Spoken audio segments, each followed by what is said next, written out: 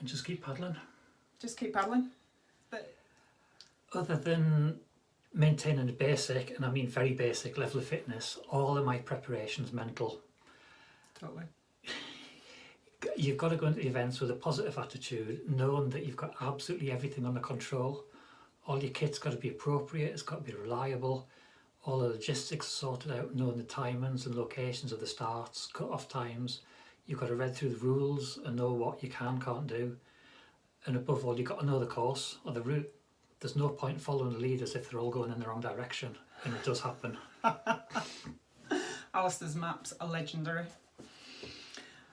I panic about 3 months before the race.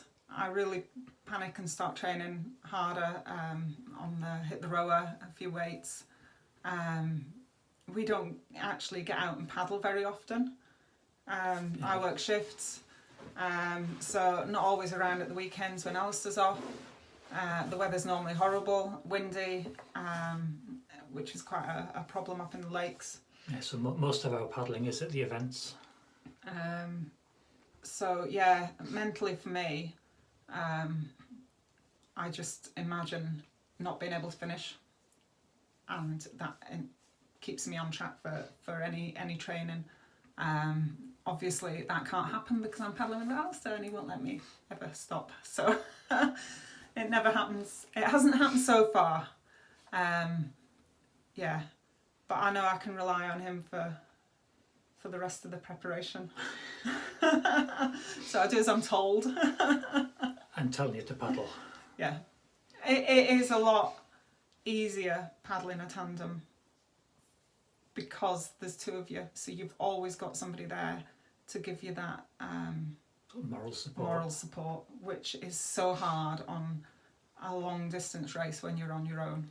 And on the longer races you do naturally have highs and lows, so where there's two of you, they don't often coincide. So when one person's having a bit of a dip, the other's there to lift the spirits and give them a bit of a kick. Going, yeah, it does. And we do work well, quite well as a team. Favourite exercise? It's got to be the rower. Yeah, I can sit and zone out on the rower and I can just put the effort in. But I really want a ski erg. I want a new toy. It's next on the list. My day job, it just sees me stuck at a desk without moving 9 to 5 Monday to Friday, so I get very little exercise. Well, I get no exercise, and I regularly have days when I've done less than 2,000 steps. In fact, today it's now 6:15. I don't know if you can see that. I've done 1,221 steps. Diet wise, I try and eat relatively healthily, avoid sugar, but other than that pretty much anything goes, and I do like pies. On the races themselves, on the endurance races up to 8 hours, we like to use caffeinated tailwind food. It covers your fuel and hydration. It's easy on the stomach, we don't get stomach cramps, we don't get hungry, and it tastes good as well, so you don't mind drinking it. There's nothing worse than trying to force food down that you don't enjoy eating. And for the longer events, we mix it up with some of the non-caffeinated powders as well, just so we're not getting too much caffeine in our systems. Yeah, I struggle to eat solid food on long races. When I'm putting the effort in, it just doesn't settle, and the liquid food is fantastic. Okay, well, we only really do long races, so all our training's for long races. Yeah, pretty much. Training wise, I don't do anything other than make sure that I'm well hydrated. All of our preparations around equipment, navigation, logistics, that sort of thing, rather than actual physical training.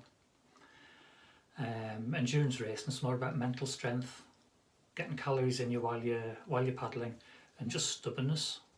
Yeah, I think that's mental strength and calories. It's more important than physical strength. Wanting to finish, not giving up, wanting to not give up. Yeah. Another preparation, one that we quite enjoy. For many races we draw out our own maps, so they only include the information that's relevant to us, and it also helps you learn and visualise the route in advance, so you know when, if you're on a river, you know when the rapids are coming up, you know when there's going to be, you can mark on sort of waypoints like bridges, so you can check your distance, check your pace.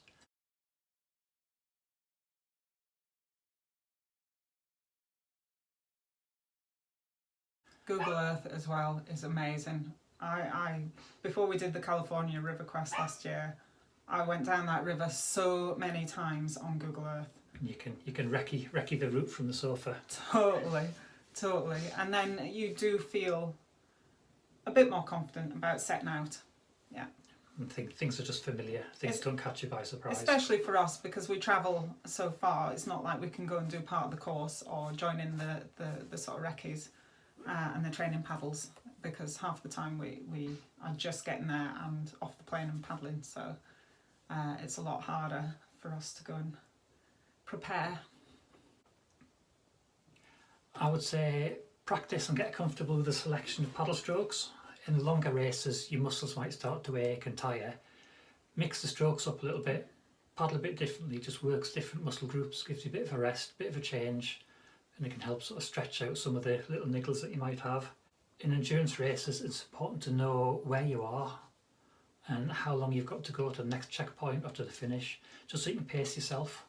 So you're not going hell for leather at sort of the beginning of the race or a third of the way into it. Find a way to keep entertained and keep your mind active.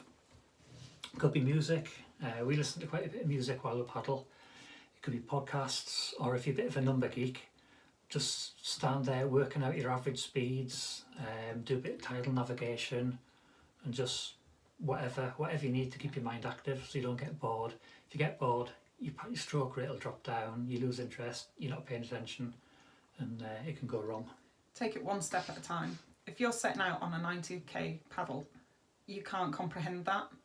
But if you're 25k to the first checkpoint, and then 25k to the next checkpoint, and then 10k to the next checkpoint, they're all chunks that you can manage.